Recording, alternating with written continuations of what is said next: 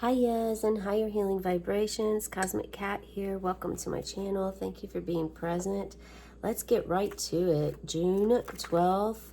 What is the topic for today on our inner child? Okay. Oops. Sorry about that, you guys. And also my nails are dirty. I've been digging in the dirt already this morning. I'm also a gardener. Imagine that. Responsibility, okay? I'm taking full responsibility for my life. Taking responsibility for your life. As schooner sails the heavy seas, slicing through the swells, the captain mans the wheel, holding fast to the wooden spokes. One of his men calls directions, but mostly he sails by intuition. As a child, I felt like I was on a ship battered by a stormy, raging sea because my parents, the captains of the family, abandoned their posts. As a recovering adult, my life is still a voyage, one of discovery. I am discovering the core issues that prevent me from enjoying life and the specific fears that inhibit the achievement of my full potential. I am discovering my motivations so that I can make clear decisions about life, directing my own schooner on a safe voyage. It is a comfort to my inner child that I am becoming an expert navigator. All of my discoveries help me to take full responsibility for my life. Just like the captain who will not leave his post when his schooner hits rough seas, I will not abandon myself when the seas of life threaten to overwhelm me. This is beautiful and in so many ways because I like, first of all, he sails by intuition. That's actually part of this whole awakening that the earth is on right now, is really us following our intuition, being guided by our gut and our feelings versus our eyes and what we see, because oftentimes our eyes skew things. You know, our eyes are automatically subconscious, connected to our subconscious mindset oftentimes, allowing us to really just continually repeat old habits. You know, the subconscious mind is the part of the mind that just automatically does things without having to think about it. For instance, eating food. We know how to use a spoon and a fork. We don't have to think about it anymore. At first, we had to learn how to do it, but once we learned, then we knew how to do that. So it became automatic. And oftentimes, our subconscious mind automatically lives our life for us, which is where you hear everyone, lives in the illusion that they create in their mind, because it's pretty much, it's very accurate. More and more people are moving beyond this. That's why you see the spiritual community rising. And this is a spiritual community where individuals are learning to connect with their ancestors, their lost loved ones, spirit guides, their own intuition. Okay, so this is wonderful feeling. It's really good that has happened. Abandonment is also a huge part. We talked about this before. It's came up in here as well, and it comes up often because it's something that many you would probably be surprised at how many people, if you ever strike up a conversation with anyone and openly speak about abandonment issues, of abandonment discussion, abandonment coming up for you that day or being triggered by it, anything like this, then you're going to really understand how many people are affected by abandonment as a early on age, early. So that isn't something that you're alone with. And it may be helpful to find a support group if you're really struggling with it, okay? Or continue watching these readings every day, because there is opportunity to help you expand and grow with this. So,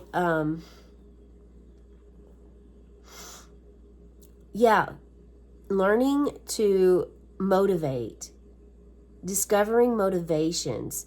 This is a beautiful time to do this, as we are in the full moon in Sagittarius, and Sagittarius is all about energy and motivation, motivating the self and being ambitious and looking forward to something, having passion and embracing it, that fire within your soul that screams, you know, let me out. let me go. Let's go somewhere. Let's explore the world. Let's live our life to the fullest.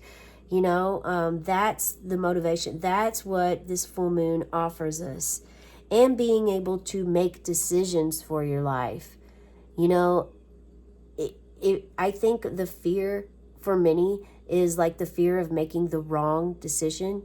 And the moment that you actually really recognize it is, and leave out the emotions, leave out the good and bad, leave out the judgment. Having discernment, yes, that's wonderful. That's wise. At the same time, if you're always looking at something and judging as right or wrong, good or bad, then you're living in fear. Okay? You're definitely not following your intuition at that point. Your intuition is not fear-based. Your ego is. Our egos as human beings, our egos keeps us in fear because it thinks that we're safe that way. Okay? But it's important to really work with the ego and to understand and honor the ego. Say, I see you, ego. I see that you've shown up today, but I'm going to drive the vehicle now. So please get in the back seat so I can go ahead and finish what I'm doing here right now. You know, if you're meditating and something pops in your mind, if you get a moment, you're trying to decipher whether it's spirit and a download or if it's a fear-based thought, you're going to understand more so the more you work with the energy and find out with yourself, okay, what do I initially feel? What's your first feeling that you have when the download or the thought came into your mind? Was it fear? Or was it more of opportunity, feeling like an opportunity, or maybe feeling like a challenge, but possible? You know, sometimes stepping into the uncomfortable position isn't what we want to do, but it's necessary for us to stand up for ourselves, speak our truth, take accountability for our actions, you know, own our feelings, own our beliefs, and own them. Yeah. And discovering, being able, and letting your inner child know that you are not going to abandon them again. Because more than likely, if you're here, you've abandoned your inner child before, perhaps more than once. But again, we look at it as it is. It is. And also where you are now. There's an importance of staying in the present moment at this time and not going backwards, not going too far ahead. In the present moment and honoring it, honoring where you are exactly at this moment in time. So responsibility is what we're discussing today. Let's see what Divine Master could help you on this path. These cards are like so curved. I'm going to try to curve them back out. So let's see if there is a Divine Master that can help you right now on this responsibility path. And okay, so I usually don't do it this way, but I was just guided to do that. All right, and we're going to go from the top. Horus, manifestation vortex. Look at that. Wow, look at this card. Okay, that's like an eagle. I totally, at first sight, I thought it was an owl, but look at that, it's an eagle. Freedom and going after what you want. Manifestation vortex. Belief makes manifest. Thoughts attract and create. This is to say, definitely it's important for you to consider your thoughts at this time.